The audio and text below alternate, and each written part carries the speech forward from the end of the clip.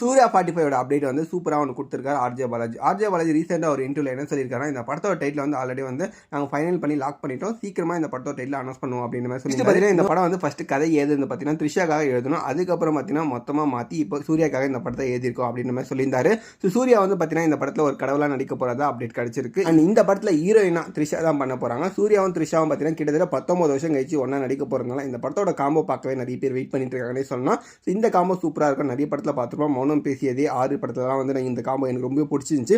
அதுக்கப்புறம் இப்போ பார்க்க போகிறதுனால இந்த படத்தோட எக்ஸ்பெக்டேஷன் இன்னும் அதிகமாக இருக்குது. Suriya, heroine Trisha and music director AR Rahman, director RJ Balaji எல்லாமே வந்து பார்த்தீங்கன்னா டிஃப்ரெண்டான ஒரு காம்போவாக இருக்குது. ஸோ இந்த படத்தோட எதிர்பார்ப்பு அதிகமாக இருக்குது. மெயின் காரணமே பார்த்தீங்கன்னா ஆர்ஜே பாலாஜி டேரக்டர் சூர்யா எப்படி இருக்க போகிறார் சொல்லிட்டு தான். இந்த படத்தோட ஆல்ரெடி ஃபர்ஸ்ட் லுக் ரிலீஸ் பண்ணியிருந்தாங்க. அந்த ஃபர்ஸ்ட் லுக் பார்க்க வந்து சூர்யா பயங்கர சூப்பராக இருந்தார். சாமி கெட்டப்பில் அருவாலாம் வச்சுட்டு இந்த படத்தோட டைட்டில் அதை பேஸ் பண்ணி தான் இருக்குன்ற மாதிரி நிறைய பேர் அப்டேட் கொடுத்துருக்காங்க. இந்த படத்தோட டைட்டில் என்னவா வச்சு நல்லா இருக்கும் சொல்லி நீங்கள் நினச்சிங்கன்னா மறக்காம கமர்ஷியல் கமெண்ட் பண்ணுங்கள். அந்த வீடியோ பிடிச்ச லைக் பண்ணுங்கள். அப்டேட்லாம் தெரிஞ்சால் மறக்காம சேனலை சப்ஸ்கிரைப் பண்ணி சப்போர்ட் பண்ணுங்கள்.